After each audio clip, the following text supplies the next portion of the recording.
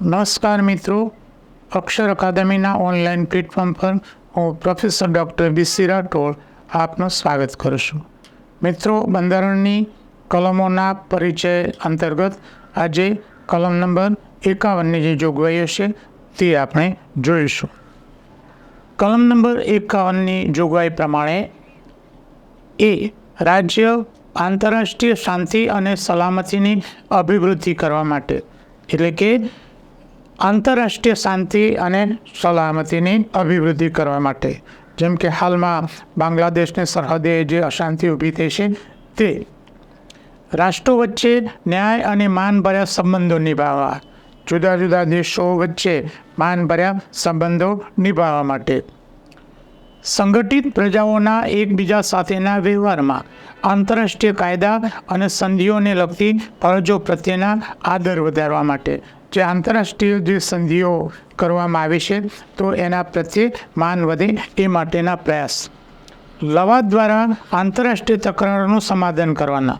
લવાદ એટલે જે ત્રાહિત વ્યક્તિ આંતરરાષ્ટ્રીય જે વિવાદો છે એનું સમાધાન કરવાને એ ઉત્તેજન આપશે. મિત્રો, આ જે કલમ છે એ કલમમાં જે વિગતો છે એ આંતરરાષ્ટ્રીય વિગતો છે. આંતરરાષ્ટ્રીય સલામતી, શાંતિ, જે વિવાદો છે એના ઉકેલ માટે રાજ્ય પ્રયાસ કરશે એવી જોગવાઈ આમાં કરવામાં આવે છે. પરીક્ષાની દૃષ્ટિએ એમાં પૂછી શકાય કે આંતરરાષ્ટ્રીય સંધિઓ પ્રત્યે આદર જળવાય, શાંતિ અને સલામતી જળવાય એ માટેની જોગવાઈ કલમ નંબર 51માં કરવામાં આવે છે.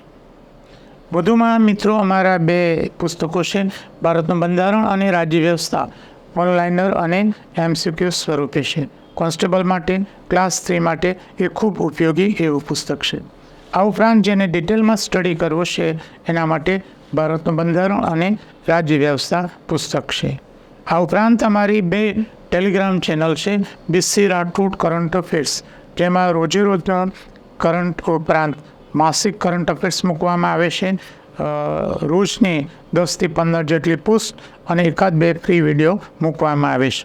આ ઉપરાંત ગૌરવંતી ગુજરાતી ટેલિગ્રામ ચેનલ છે, એમાં ગુજરાતી ભાષા, સાહિત્ય અને વ્યાકરણને લગતી પોસ્ટ મૂકવામાં આવે છે. હજુ સુધી જો તમે અમારી આ બંને ટેલિગ્રામ ચેનલમાં જોડાયા ન હોય તો જોડાઈ જવા વિનંતી છે. વધુમાં આજનો આ વિડીયો આપને પસંદ આવ્યો હોય તો લાઈક કરીને શેર કરવાનું ભૂલતા નહીં.